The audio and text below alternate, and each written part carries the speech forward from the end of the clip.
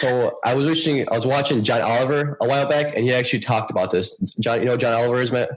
I do not. Please give a little report. So he's like a host of his own TV show where he just kind of, it's like political humor and just random things like that. And he actually brought it up, saying that there's still a bunch of unconscious bias in hospitals and unconscious bias that's been done by nurses and physicians. And unconscious bias is something that you unconsciously do that, isn't equal for everybody. It's something that you do unconsciously, the way you treat somebody compared to somebody else.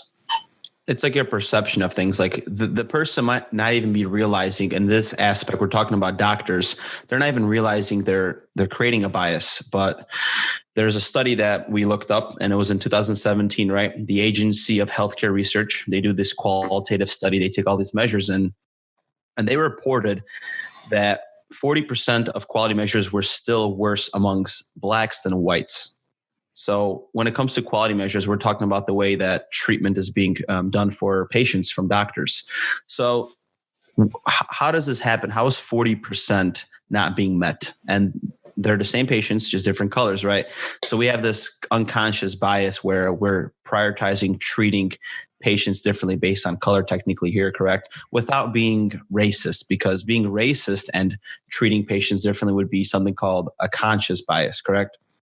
Yeah, so we're unconsciously doing this, like Matt said multiple times, and this doesn't have to do with anything with the racism. It's just like things that have been engraved for so long that I guess we haven't got rid of yet. Like we've heard of past before, like during the whole HIV epidemic and the crisis back in like the 90s, people attributed HIV with people that were just gay, and if you were homosexual, that's the way it would spread, and you're the only one that's going to get affected. So for somebody that's a heterosexual or it's not gay, they'll be immune to it. And then later on, we found out that's not true, right? Because anybody could get AIDS. It's just the contact with HIV virus. And they're also with the whole Tuskegee syphilis trial where they refused to treat people that were black with treatment for syphilis, and they would kind of just let the disease run its course just to kind of learn how the disease works. But they targeted them specifically just because they were black. And that's a conscious bias because they're being unethical with what they were doing. And it's crazy that this study just happened in 1972, guys. Like slavery just ended in 1873, I believe. Don't fact check me. And then we have studies that are just 40 years ago that they were targeting demographics just to see what would happen. Like that's insane to me, but I'm glad that it's 2020. And when it comes to, for example, like the gay community, we're being more accepting of it, whether people believe it's right or wrong, at least we're all opening up to it as a society, which is cool. Yeah, unconscious bias is really hard to measure because it's something we do unconsciously. So how can you really kind of take a research study and measure that? But there's a few different tests that they do to kind of check for this. And one of them, it's called, abbreviation is IAT. And look, it's called implicit association test. And what they basically do is they have a bunch of terms and you kind of pair them up to someone that's white and black or different kind of racial lines, racial minorities. And depending on what you associate with one individual and how fast you associate that, then that kind of shows you that you have unconscious bias. Just because you're moving these terms to people of different race, the speed of it and what terms you use, that kind of shows you how unconscious you are treating these patients as well. I wonder how many physicians actually got tested on the study. I didn't peek on it, but it's crazy that technically this study showed that people or these physicians are pro-white. So there's a bias with whether we believe it or not. It's happening in our current health system. And I don't know if there's a simple solution to it, right? Like how do we prevent that from happening? I think it's just going to take time. It's going to take maybe generations because all these physicians that are technically treating patients now, they're from the previous generations, right? Like the 60s and 70s and 80s. So hopefully as time is going on, we're going to see a smaller percentage. Like we should check back in 15 years if we still podcast. I think the one key thing to rid this self-care bias is to kind of have, you can say, more standardized care. So if a patient comes with certain symptoms, these are the steps you got to take to, prevent certain things like the whole MI thing where you got to be in a cath within a certain amount of time. You got to be given anticoagulation within a certain amount of time.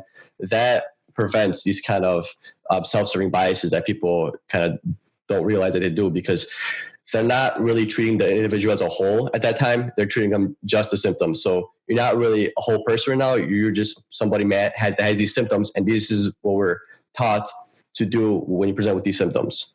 That kind of mitigates the opinion or option from the physician, and kind of decreases the bias itself, because you already have a formula to what to do with these symptoms compared to look at the whole individual.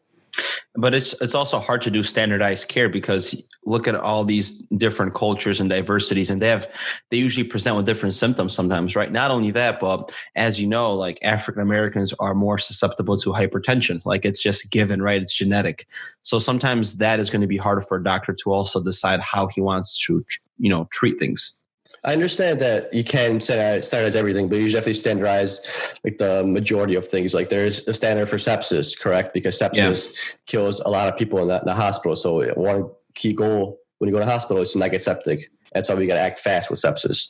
And same with like the whole MI thing, like I mentioned before, you got to get into the cath with a certain amount of time. That kind of delays it kind of gets rid of the bias because it's standardized.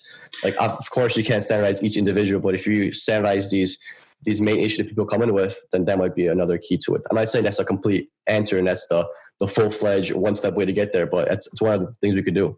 It's one, I do agree. And actually, I'm thinking of an example that I could tell people of a unconscious bias, but I feel like it happens sometimes with, like, for example, our frequent flyers, man, and then our alcoholic patients. Like the physician already knows this patient, he's coming in for this. And it's almost like that story, like, the boy that cried wolf. Like maybe this time the patient's actually coming for something serious, and the physician is going to neglect the fact and he's going to send them home. And these are the stories that you hear, like the patient came 2 days ago for, numbness and tingling, got sent home, came back 2 days ago and has a full freaking brain bleed, like you hear those things and it's crazy. Yeah, but sometimes that could be just conscious bias, because the physician knows the patient or nurse knows the patient, and they've been here multiple times for these same issues. So we're going to treat them the same way because it has been this for so long. So we think it's going to be that again, but that's not necessarily true. And I believe some of that has to do with conscious bias as well, because if you're consciously saying, hey, I don't think this patient has this because he's been here 4 times and he's just an alcoholic, and just send him home, compared to, this guy maybe has a stroke because he's acting weird. He's like, no, he's acting weird because he's an alcoholic. We've seen him this way before, and it just is alcoholism. So you could just, have the stroke gone unnoticed. You know what I'm saying? And it's crazy that healthcare is now black and white, man. And there's no way to tell what's going to happen. How can we treat this person? Every single case is so different. And I think that's the beauty of healthcare too, where, you walk into work and you see a different case every single time. It doesn't get boring. Yeah, maybe with AI, could figure it out, because, there's ways you could, standardize care with AI if they know what certain symptoms lead to. Like you said, multiple different people from different backgrounds, different ethnic minorities, or different people with different races, they can present with different symptoms. But if you create an AI that kind of learns these symptoms, that might be a way to kind of get rid of the subconscious bias as well. We have to be careful. I think we have to be careful with also social engineering, which is probably a big reason why there's this unconscious bias. Because look at AI. I think Microsoft released a AI on Twitter to make Twitter posts, and the AI became racist out of nowhere just by absorbing the information that society is putting onto it. Yeah, but that's completely irrelevant. No, that's relevant, because if you create the AI the wrong way, then that shows you what could lead to. What if you end up creating a AI bot that predominantly likes, Asian people? Then what if, that's going to cause a host of problems? Or if he predominantly likes white people, that's going to, make the issue even bigger. So we got to know what we're consciously putting in this AI, because imagine if our unconscious bias created this AI, the AI will be biased on a bigger scale. Isn't that some shit? And we don't know because it's unconscious. So the person creating the damn robot doesn't even know his own intentions because he doesn't have that perspective. That's what I'm saying, man. And eventually these robots develop, copies of themselves, and then they use those for fuel. That's what's going to happen. The Matrix. We all have to unplug, guys. Whether you like it or not, we are in the Matrix.